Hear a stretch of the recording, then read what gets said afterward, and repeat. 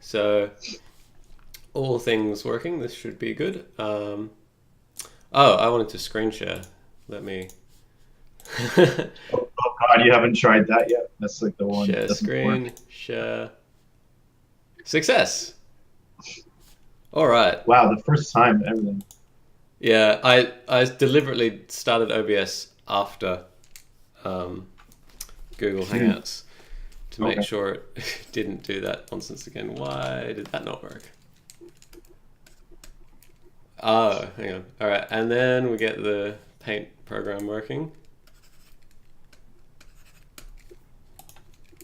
He says, optimistically, what? Oh, See, this is, yeah, we totally set up beforehand. It was brilliant.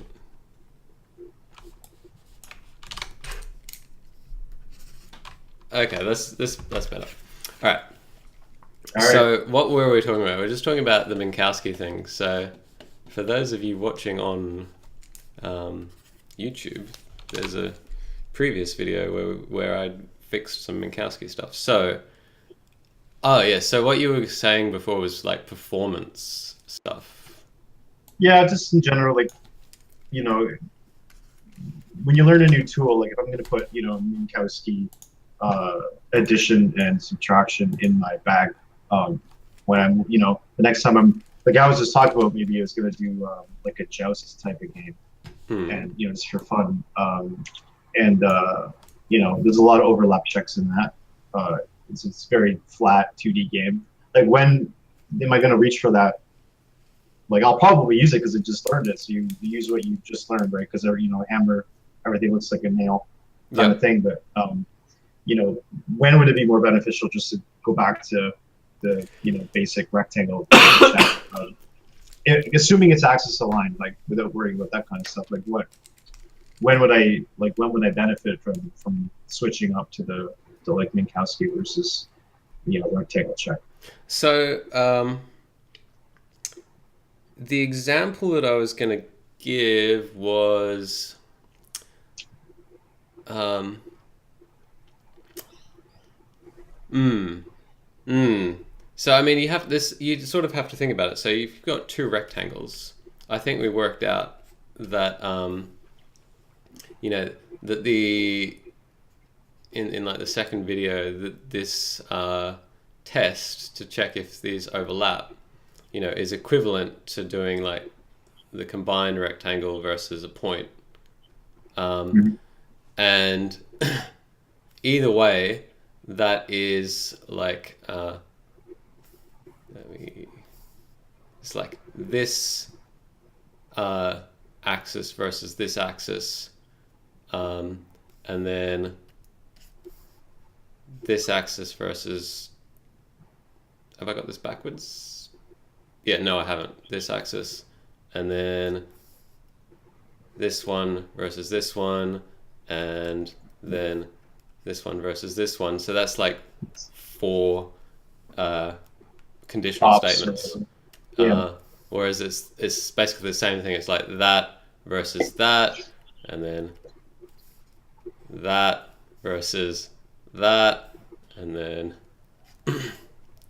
that versus that, and so on. And so in this case, it's still four operations, but or four conditional checks, which is really the expensive thing because the CPU has to do a branch, um, and I'm guessing you have a reasonable understanding about why that's expensive versus most other things. Yeah. Yeah, Intuitively, but yeah. Because like if the CPU predicts the wrong branch, it's got to go and recalculate a bunch of stuff. So in this case, it's not really a big deal, but you can like do all the pre-addition to set up this shape once, and then it's just shape versus point, shape versus point. Whereas in this case, you have to like um, there's an extra addition operation for everything, but like that's so insignificant that it doesn't really matter. Um, but there might be another case like and I thought of this after I did the last video. Like, say you're doing this business, like that, versus a circle. What happens is that the like combined shape looks like, you know, this is the original, and you've got, you know, like effectively a circle on each corner, and you end up with this like rounded rectangle that comes around there, round, round, round, there. Yeah, I'll never do that. I can't do anything with that with a rectangle, right? So, well, okay, so let's think about how we would actually go about working out if these two shapes are colliding, like this circle and this rectangle. Like so, without resorting to masks, you mean? Yeah, so just geometrically.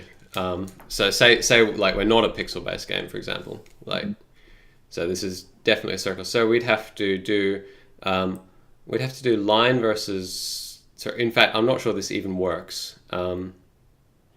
Like there is a way to do it sort of like this that I do want to get into eventually, because it's quite useful. That's not lesson 2 or 3. No. But I am actually kind of working towards it because it's kind of handy to know, and it sort of dovetails into a bunch of other stuff I want to talk about eventually.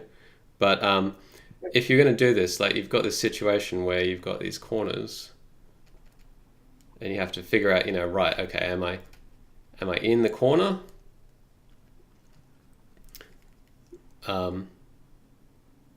Like, is the circle sort of in here, and I'm like checking it versus this point here, or like this point here, or whatever, or am I in one of like these segments here, and I'm trying to check, you know, does this circle come in contact with this line? And so I'm doing 1, 2, 3, 4 circle versus line tests, and I have to check that I'm in this region here, extending out there, to do those tests, or I'm doing a corner versus circle test, and I have to check that I'm, you know, if I'm in this, you know, quadrant or octant there. So that's like a lot of complicated testing. And I mean, without, like, first of all, like, this is complicated, and, you know, if you're not doing hundreds of these, you probably don't really care that much about performance anyway. Like, if this is the main character, you're doing this like once per frame. If you've got like 10 enemies on screen, that's, you know, maybe 11 times a frame, and it's not a huge deal performance wise. But the code to do this is probably going to be really messy and complicated, and so you wouldn't do it this way. Except there is a way to do it sort of this way that's you would that simplifies this, and that we'll talk about later. But this way here, this way is much simpler because if you're trying to say, you know, does this circle collide with this thing? Let me say, you know, the circle we might want to collide. You're basically doing, you know that you have this rounded rectangle. So you can sort of divide this up, like, right, here's a rectangle. Here's a rectangle.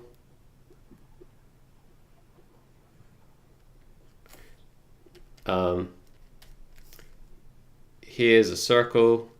Here's a circle. Here's a circle. Here's a circle. And so that's six. That's 6 comparisons to see if this dot is inside any one of these 6 shapes. You just do the one you did before, but then you add like the spheres as well. Pretty much. So yeah. You run the test versus that rectangle and then that rectangle, and then you just run the test versus sphere or circle, I mean, Sorry, I sorry. guess this works in 3D. Um, I said sphere. I didn't mean. yeah, no, but if you were going to do a sphere, um, yeah, I guess this could still be flat, but then you'd have another box and another 4 circles to get into, like, 3D situation. Let's ignore that for now. Yeah, I'll be 80 by the time I want to do a 3D game. So But the concept's exactly the same. The only downside here is obviously you only find out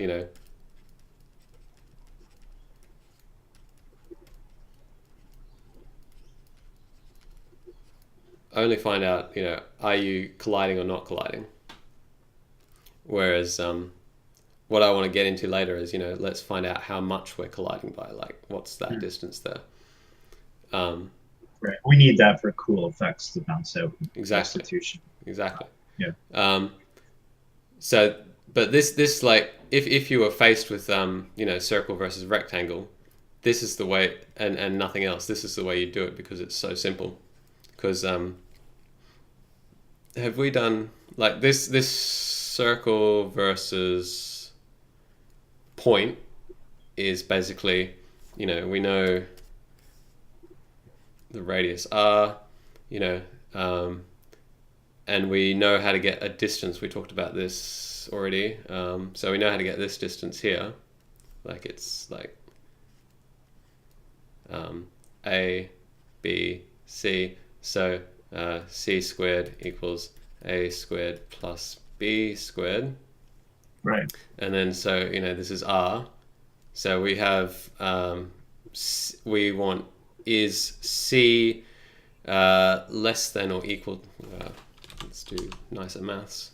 Less than or equal to radius, which is equivalent to is C squared less than or equal to radius squared, which saves us doing this square root to get C equals square root of A squared plus B squared. So we don't want to do the square root because it's expensive, relatively speaking.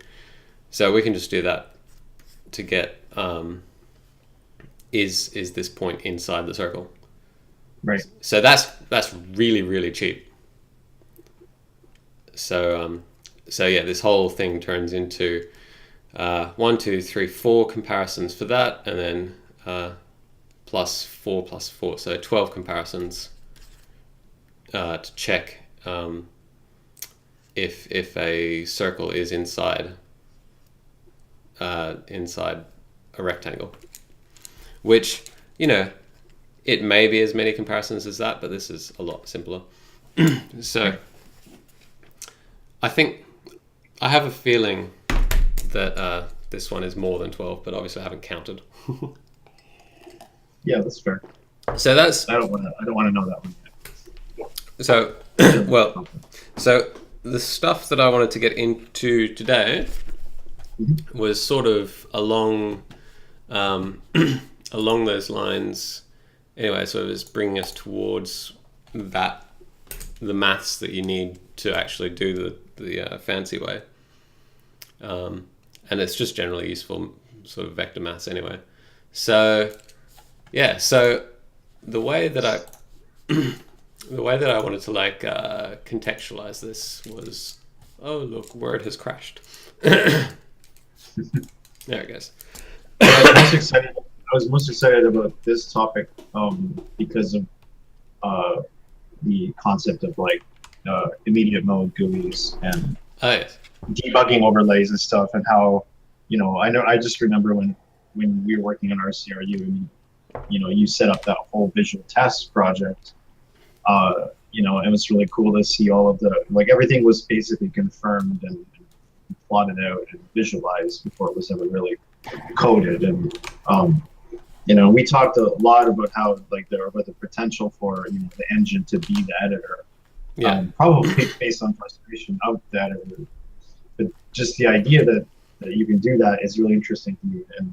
And IM GUIs are kind of like the gateway to that, to be able to see what you're doing. Yes. So we'll probably stick a pin in IMG GUI for a while. Mhm. Like, I'll try and think about how we can work that in. Because No problem. really, Yeah. like, what you start off, like the visual test stuff, like, so, and like this is a common thing that I do anyway, is like, I've got my project, it's like solution file, and it's like, game, some library, and it's like visual tests, and it's like every single project pretty much has that.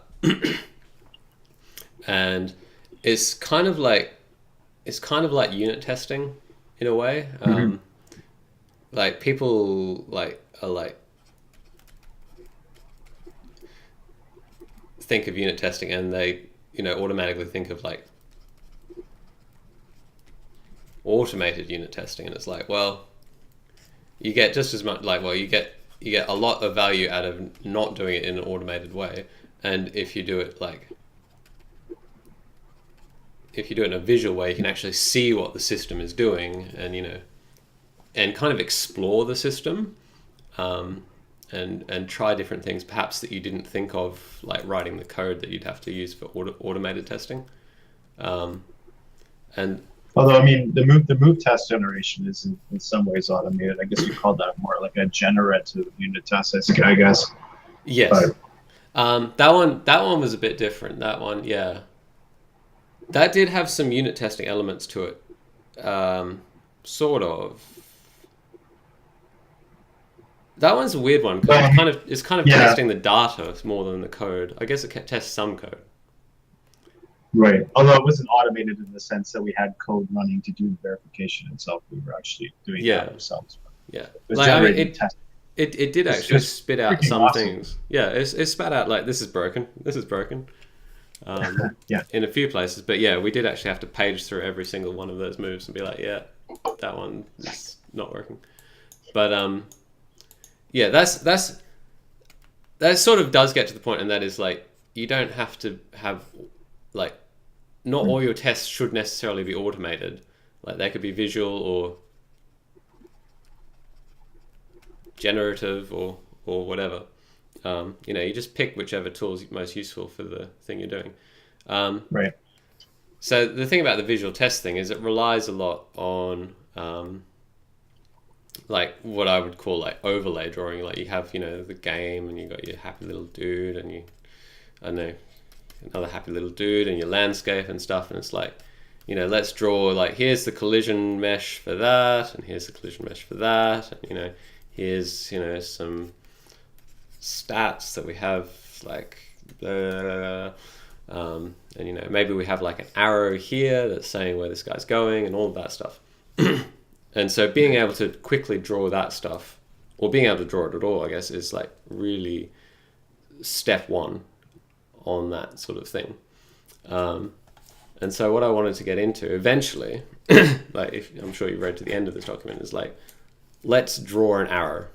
Like, let's make a system that we can draw lines and arrows, which we could then eventually use to draw boxes and stuff.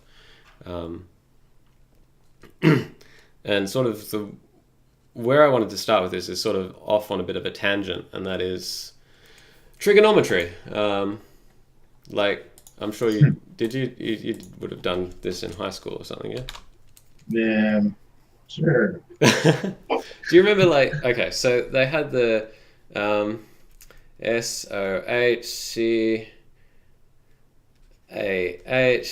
SOHCAHTOA, this business. And then you had like, No, you don't remember this. You might be in luck, I because don't think I don't think I've done it. you got theta, and there's opposite, adjacent, hypotenuse. So you've never seen this? I don't think so. Okay, well, you're in luck, because my next comment was going to be, this is rubbish. Like, this is garbage. You don't want to do it this way. Yes. Like, okay, so Possible. it is helpful to know this. So let me break this down, because it is actually helpful to have an awareness of this, but this is not the way you really want to conceptualize it at all. And it's basically, this is sine equals, so sine of theta equals the opposite over the hypotenuse, cos theta equals the adjacent over the hypotenuse, and the tan theta equals the opposite over the adjacent. And so what they do in high school is they get the kids to memorize this, and they come up with stupid mnemonics, like what's the one we did? Some old hags can't always hide their old age, or some stupid crap like that. And basically, hang on, I've lost audio. Are you still there? Oh, I'm sorry. I was on mute. Oh, cool. I don't know why I was on mute. I was just saying, I just looked at it and went, Sakatoa. That's how I would remember it. That's also how people just really? pronounce that out like that. Huh. So Okay. yeah, so this is handy to know, but you can look it up on Wikipedia. Let me just I'm not going to.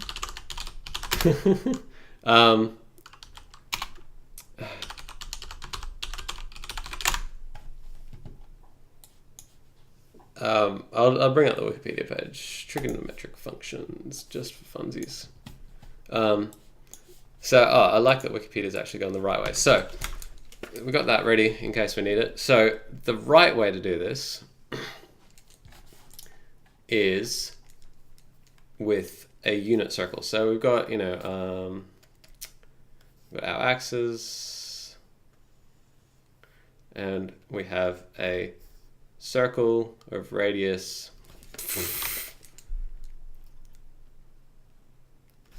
circle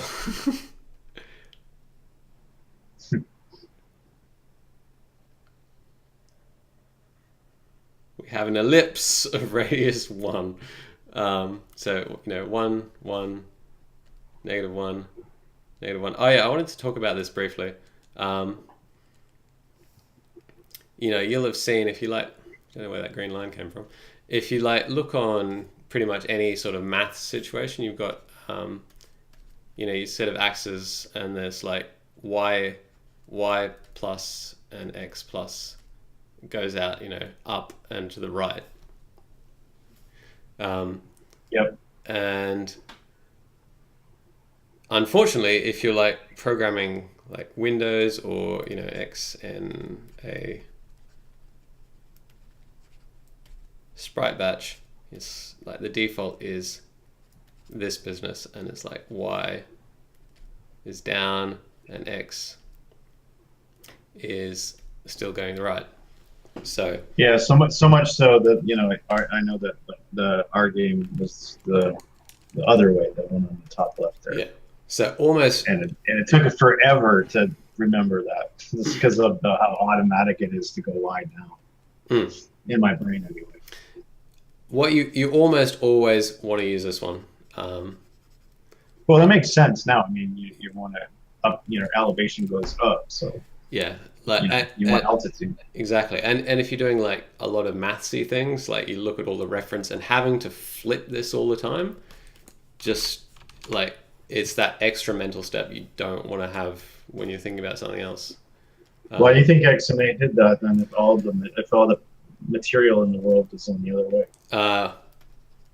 Because of Win32, and if you're addressing you got your window, and for fairly sensible reasons, I guess, Windows put 0 0 up in this corner, and goes out that way. And so sprite batch, because it's works in this same space in pixels, does the same thing. Right. So basically what you want to do is you want to convert from this to this at the sort of earliest stage possible in whatever sort of graphics pipeline, physics pipeline, And then hide it from yourself. So that, yeah. So yeah. This is garbage. But the important point is when you're measuring angles in the system. So this is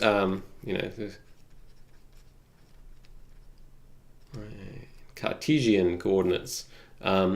I tend to refer to these as like client coordinates because it's in, the client space of a window. Right.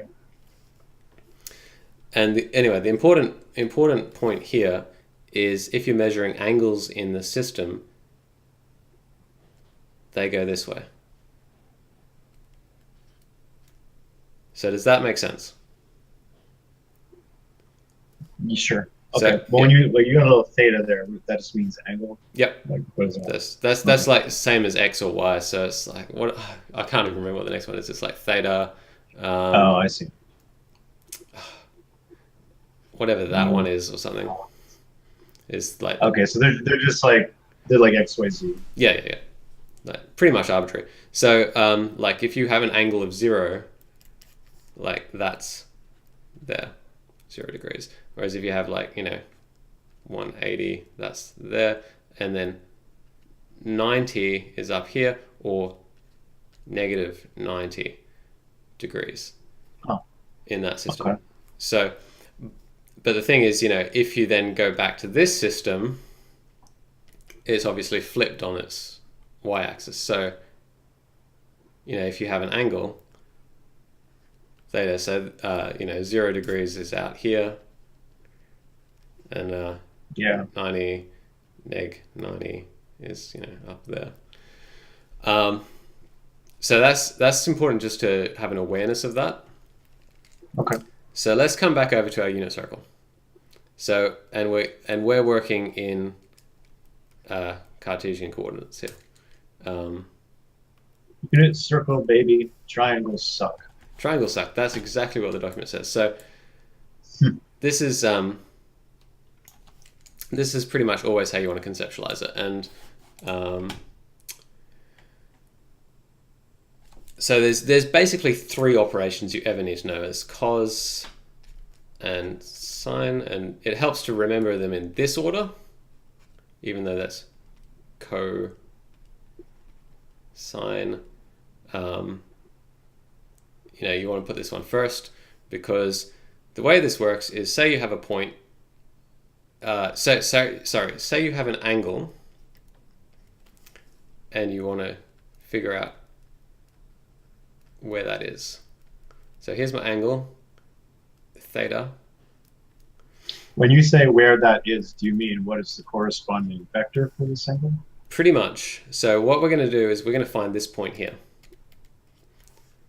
on the unit circle. Exactly. And so what we do is we take, we need to find the x distance along that it is,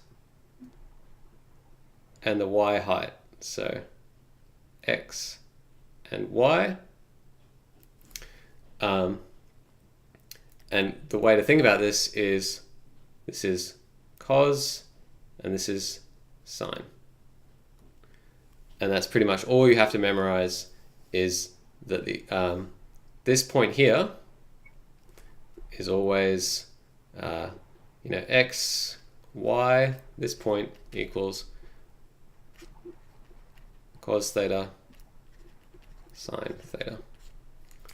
And as long as I haven't made a terrible mistake, this is exactly what you see on this diagram on Wikipedia. So that's pretty much all you need to know, is if you have an angle, you can get the equivalent vector there from cos and sine. And then if you want like the direction, you can scale that vector, obviously.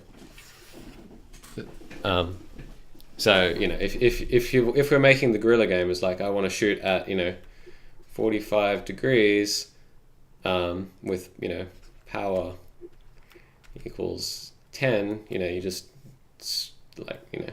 that times 10, and then you get the vector all the way off over there. Simple as that. And then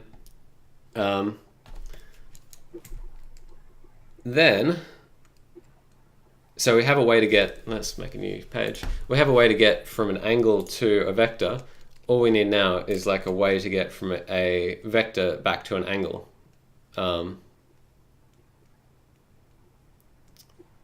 Right. Let's see. So, and this method is called arctangent 2. So you remember before we had SOA, CA, no. SOH. Yeah. CAH. TOA. SOHCAHTOA. Yeah, that's the one. Yeah. So we had tan. So sounds like the name of an avatar. So this is opposite adjacent. There's theta. Tan of theta equals the opposite over the adjacent. So the ratio of that to that, tells us. This angle gives us the ratio between those two values, and you can tell, like, if I scale this triangle up, that ratio OA is going to equal, OA, like 1. That these two values are the same. Make sense? Yeah. Cool. Makes sense visually, yeah. So what we can do is we can take the inverse of tan, which is called the arctangent.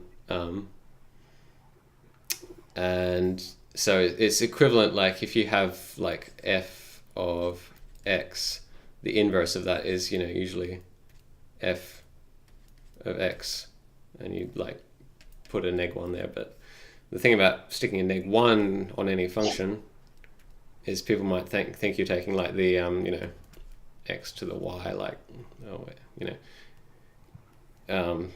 a to the b. They might think it's like a power, so that's always confusing, particularly for trigonometry. So the other way to specify that you want the inverse of a function is just say arctan for trigonometry. Okay, I didn't quite follow into that, but that's okay. So let me, and so so far I get what you said. Yeah. So what that means is we can sort of stick that in there.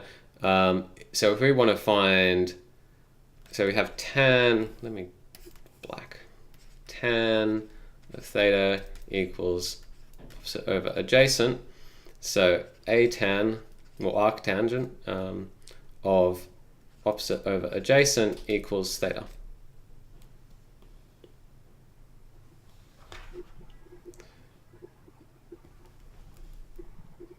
So I kind of blasted through that, so you look a bit confused. No, I'm just wondering how you got there. Now, I know you were saying I know arctan is what we need to get back to the angle from the. So it's almost a bit of like, this is pretty much by definition, but it's kind of like if we have a squared equals b squared. We want to take, like, what's the inverse of squaring something? Or we don't even need the square there, but whatever. What's the inverse of squaring something? It's the square root. So we can, like, chuck that on the other side and say a equals the square root of b squared.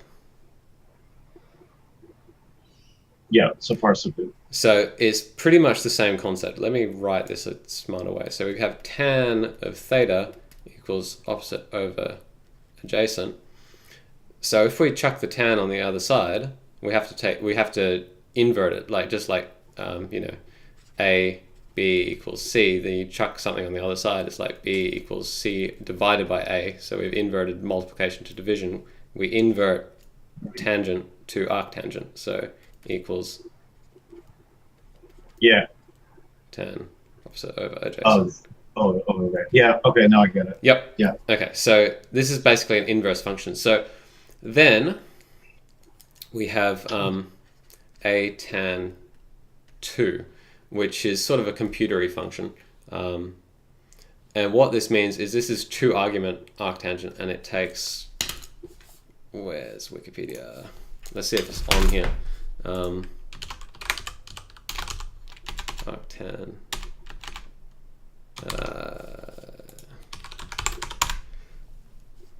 Here we go. It takes, and this is really weird, it takes a y and an x. So y, x. And I'm not sure why. Oh, I used to know, I like spent hours looking up why it's, in this weird order. And there's a reason for it. I forget what that reason is. It's kind of weird and silly. But so this is basically what we were looking for, equals the angle. The reason this is useful is that this this thing here loses information about what quadrant you're in. So go back to our unit circle.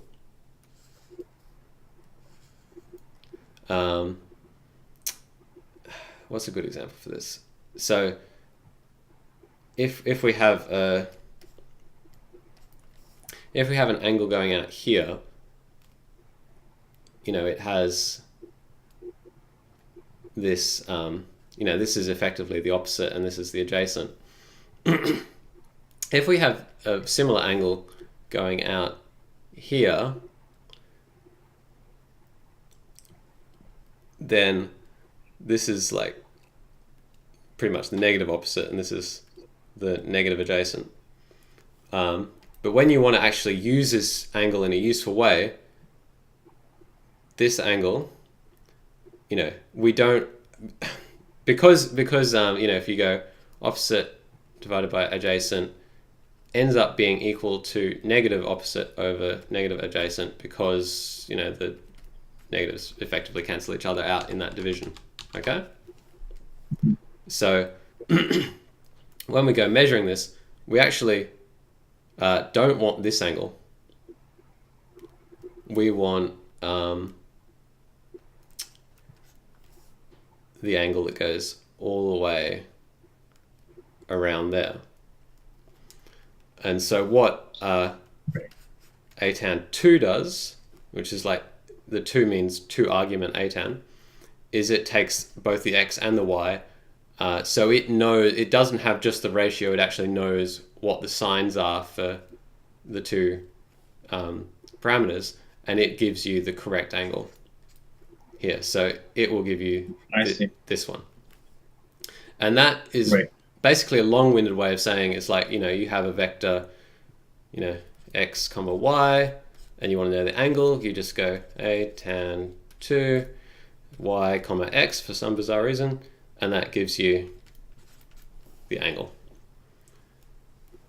And then you can convert it back with, cos theta, sine theta. So that's all of the angle stuff you pretty much ever need to know. And the other important thing about this is almost never, and like this will sort of hopefully become obvious soon, is you almost never want to work with angles.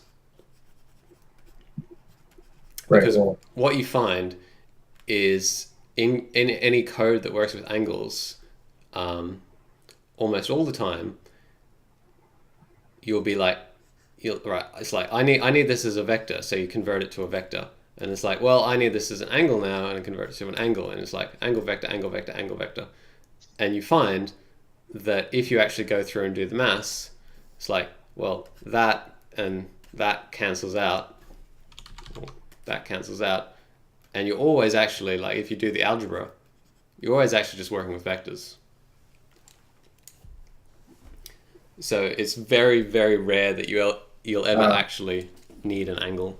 And it's mostly you would use it in the input or in the code of like a function that I've what is the word you used before? Compressed, to get back a vector that was useful to me, but I wouldn't like carry it around with me. So pretty much, what you'll find is like you might have some user input thing that might take an angle, and you'll pretty much immediately turn that into a vector and use it as a vector. And probably store it that way as well. Yeah. Like there are cases where you might find that you have an angle just because, like, if you do the algebra, all of these except one of them cancel out for whatever reason. But that's actually the rare case by far. But we're gonna hopefully look at a case where that doesn't apply. So let's take a quick detour to the dot product, because this sort of builds on the angle stuff that we were doing.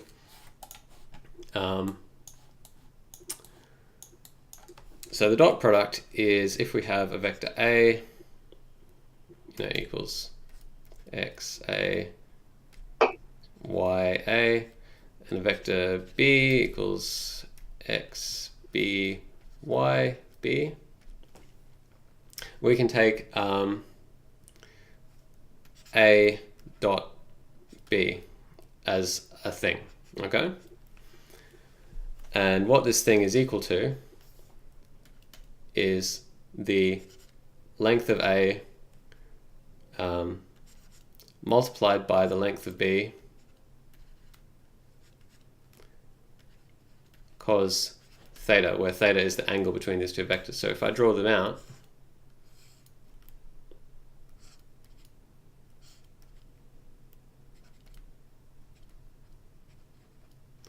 A and B, theta is this angle in here. Have I got that direction correct? Possibly not. Almost never you actually care about the sign on this. No, actually, what am I talking about? Sorry, no, it's cos theta. Doesn't even make sense. Sorry, I was getting off track. It tells you theta is the angle between these two, but it actually doesn't matter which direction it goes, because you're taking the cosine of it.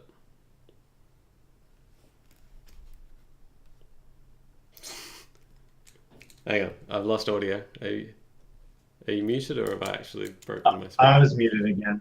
Okay. My burping to not burping ratio is completely insane right now, so I keep muting. But fair enough. I was gonna say that I don't quite actually understand. Like, I don't know why the angle doesn't matter, but maybe it doesn't matter that I don't know that yet. Okay. For what we're trying to get, because I know there's like we have like maybe 6 to 12 minutes left. So. Yep. Okay, so let's have a little look. So let's talk about this term first, because this is the interesting one. So from what we just did before, we know that if we have a unit circle, and we're going to take the cosine of something, that's the x-axis. So say unit circle. And in fact, it doesn't really matter about the unit circle because we just have an angle. If we have an angle that's going up that way, theta, and we have an angle that's going down that way, which is the same except in the other direction, so negative theta. I'm not sure you can actually read that, but take my word for it, that's negative theta. What you find is that the cosine, which is the x-axis, is the same. So this length here is cos theta. So it doesn't actually matter what this direction is, what this sign is here, which is why when you're doing the dot product between two vectors, it doesn't matter which of these angles like you take, because it's the same. Okay. You get the same cosine value out. Right. So the other interesting thing about cosine is if this angle is small, which means, if it's close to 0 degrees, it approaches 1. So this vector is like out here when it's sort of pointing towards 0 degrees. It's sort of middle-ish positive value. If it's exactly 0 degrees, the value of cosine is 1. if it happened to be like pointed perpendicular, the value of cosine is 0. And if it happens to be pointing away from this 0 degrees, what haven't I used? That'll do. The value is -1, because you can see, x-axis, -1 to there. So it's really helpful to sort of know these sort of not critical, like sort of main values for cosine is, cosine 0 degrees equals 1, cos 90 degrees equals 0, cos 180 degrees equals -1. So that makes sense? Yep. I mean, yes. Sure. Yep.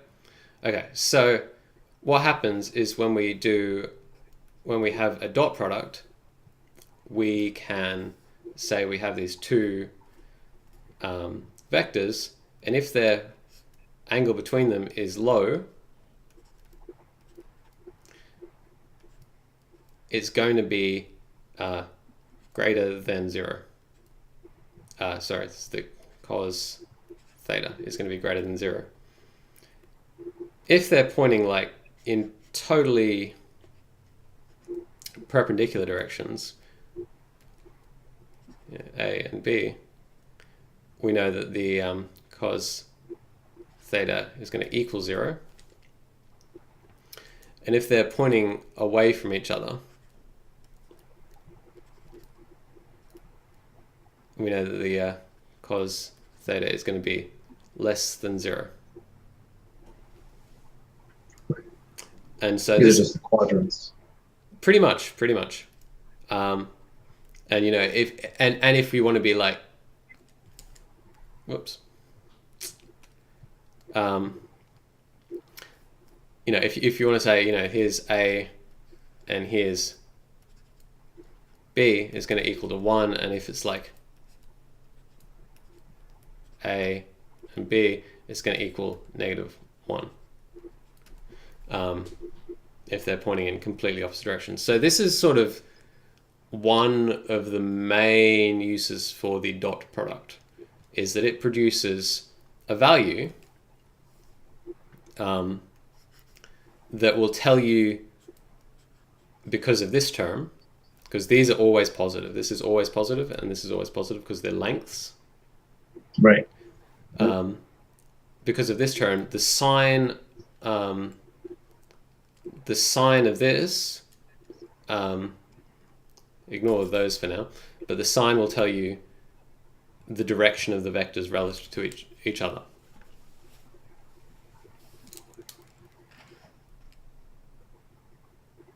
Right. Why do we care about that? Is that like a cheap test for? It's very cheap. It's very cheap. So let's talk about how you actually do the dot product. So if we have a, Okay. Actually no, I'll just say this last thing, because A dot B, and that was, it's equal to A length B length cos theta. If we were able to get rid of these terms, we'd get the exact value for cos theta. At which point, these would be in play, and you'd actually be able to say with some certainty what the angle is, because you don't have the length sort of messing with your value. And so obviously the way that you get rid of the lengths is you take the normalized form of A and B. So the way you do that is A hat B hat equals, I think hat is the right way to do this, equals cos theta. And you'll remember we talked about normalizing vectors the other day. So like A hat equals A divided by the length of A, and that gives us a a vector that's on the unit circle that points in the same direction as like A pointed. Does that make sense? I wish it did. I remember the normalization and stuff. I think for me, it's difficult to codify that into like where the answer is not just a number. It's like, I know it's a vector, but it's like, it's a visual image. But yeah, I mean, I'll watch the original video, and I think it'll click. But is this how did you produce those to get to from the other side though? You said you're trying to cancel these. How do you pull that out of A dot product B, like on the left hand side, cancel them out? so are you just rewriting them? What I'm doing is I'm making another. I'm creating this other formula here. Mm-hmm. So I'm not actually. These are not being cancelled from the other side. I'm saying if we could get rid of these. And the only way to get rid of them is to change what this side is. So I guess what I'm doing is to cancel these. I'm like, and I'll use the same color to make it make sense. I'm normalizing these vectors. Okay. So I'm making sure they have a length of 1. Right. And so that makes sense, because then you don't need the length on the other side because the length is 1. Yep. Exactly. So and right. 1 times 1 times cos, and so that lets you get the exact value. So let's talk about what this actually is, because I mean you can work it out like this, but this is obviously convoluted, and you need the angle, and so you'd have to like do that thing that I said before. To get this angle is like A tan 2, blah blah blah blah blah, and then you're just doing cos again. So it's like, well, there's almost always a better way. So, so if we have A, let's get a better color for this. If we have A dot B, we're going to say that is equal to X A Y A dot X B Y B. So it's basically exactly the same thing, but written out with components. To get the dot product, let's evaluate that dot product. What it is x. Keep writing my x's as 2. X A times X B plus Y A times Y B. So what we've done is we've multiplied the components together and then added them up. So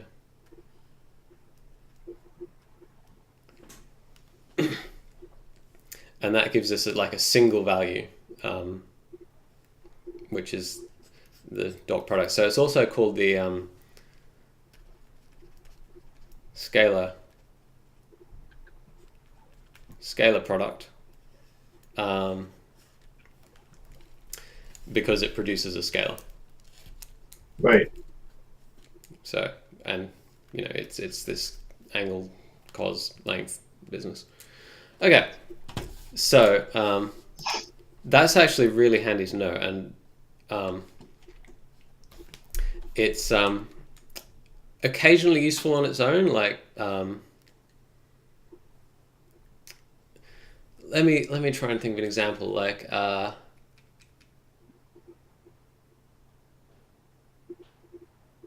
think there's like a thing from lighting or something, like if you have, say, a surface, and maybe you want to know if something's coming in at like a sharp angle like that versus a grazing angle like this. You can say our surface here, we have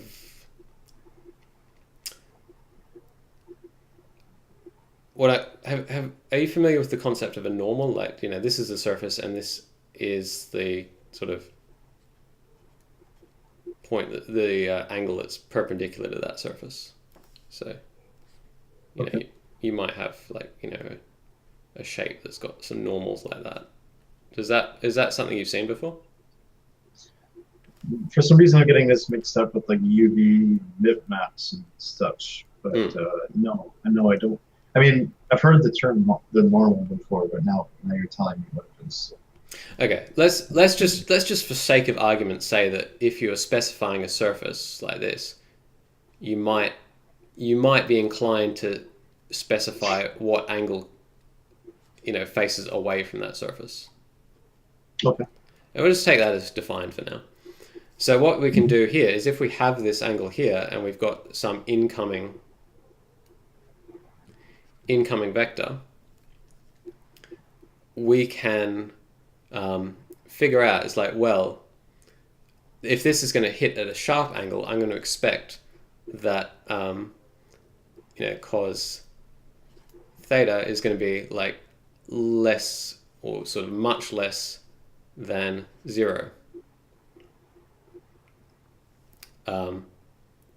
Because this is going to be like, we have an angle coming out, a vector coming out here, so that's going to be that vector here, and we have like this orange one going down here, that's going to be there. And if we draw our like thing and look at this angle, and we make sure these, I mean, we don't have to make sure they're normalized if we want an inaccurate result, but if they're normalized, we can say, that's cos theta is going to be much less than 0 for a sharp impact. We might say, cos theta is less than negative 0.5. And we're going to just define for like gameplay reasons or something, like negative 0.5 means it's quite a sharp incoming angle. Whereas if we have this one here, which I'm going to... Maybe your plane survives. It's like stop with. I can see it just bounced off the... Whereas the other one, you would have actually had an impact and you would have blown it. Exactly. This one here is going to be like much closer to this one here. So it's going to be maybe like cos theta of this one. Never mind that. This is the blue cos theta. The dark, it might be less than 0.5 and greater than negative 0.5. So we might define that range, and you'll find that range is like covers, even though that's under the surface, like it covers all of the things coming in at like a sharp grazing angle. And you'd have to work out like this, because this is cos, 0.5, we go over to the unit circle. And this is where you might want to actually do the maths. If we might want to say 30 degrees there or something. But you'd go to your unit circle and be like, well, what's 0.5? It's like there and there, so... And then you'd like say, well, angles that are sharper than that, so all of the angles in that space there are the sharp ones, and then all of the angles on the other side of that are the ones that are... Sorry, all the angles here, the orange ones are the grazing angles, and all these angles there are our like sharp ones. So the way that you might do this in practice is like, so we'll call this G for grazing or something, and you might say that's less than cos 30 degrees and greater than negative cos 30 degrees, because cos of 30 degrees, I don't know, it might be 0.5, I can't remember, like around 0.5. But yeah, so you can, that is basically it has an equivalent angle that you can work out using cosine. Right. Yep. Okay. That is sort of the basis of the dot product. Is basically you can avoid doing all of these cosines by just using this calculation here. And this extends like into 3D as well. So if you had like a 3D vector, you know, it would be plus z a z b and so on.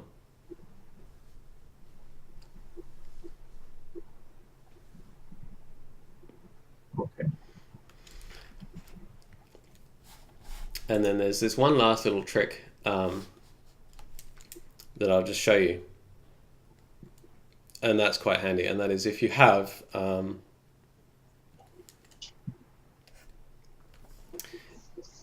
if you want to get the length of A, if you want to get the length squared of A. So we have A, and we want the length squared, which occurs, you know, occasionally.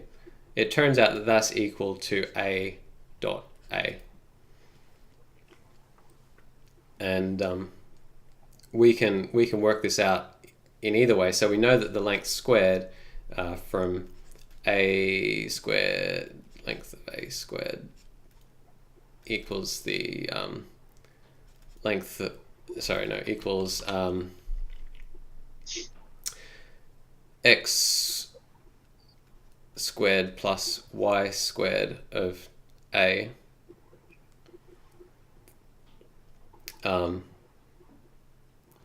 We can take that and we can say x, you know, that's x of A plus y of A, y of A.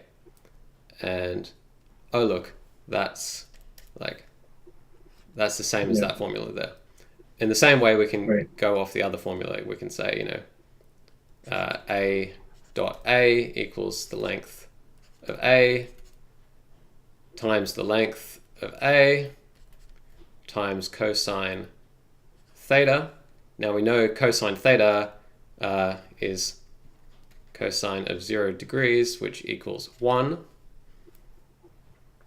So what we have is, you know, A, length of A times 1, which is A squared, length of A squared.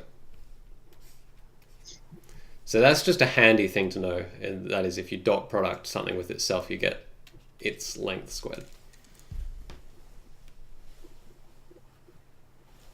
Do you have a practical reason to do that?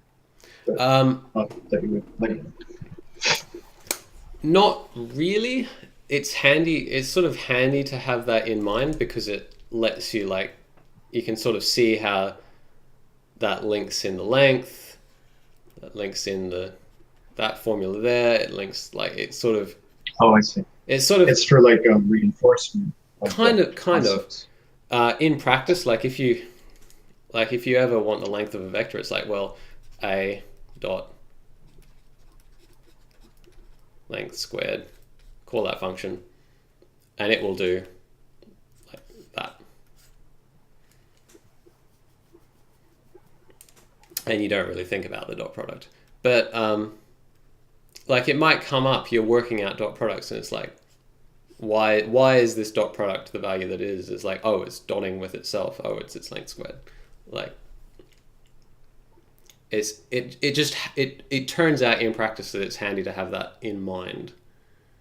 Even though you don't sit down and you don't like program that. Like if you were making your, you know, float, you know, length squared function, you probably wouldn't call, you know, dot this,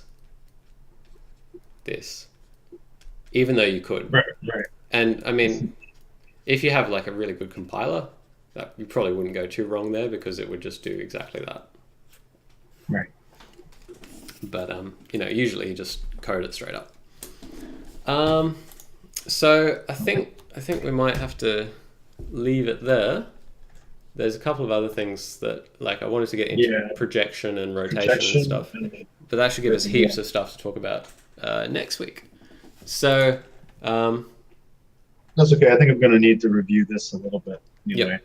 I think I Yeah. fell off a few times. So, like, I have this homework thing that I said, but we'll save that for after we do projection because it's mostly about what the projection stuff does. But yeah, if you want to review like this image and like I can actually send that to you if you want. Well, if you have the video up, I can always grab it from that. Yeah. Too. I'll have to watch the video anyway, so no need. I'll be staring at myself, staring at that. And yeah, and like I put the link to where is it? The video library. Yeah. This guy on YouTube. Yeah. He's got some quite good videos. Oh, this is not his. The Essence of Linear Algebra series, and I mean I'm going to go into like a whole lot of what is on that.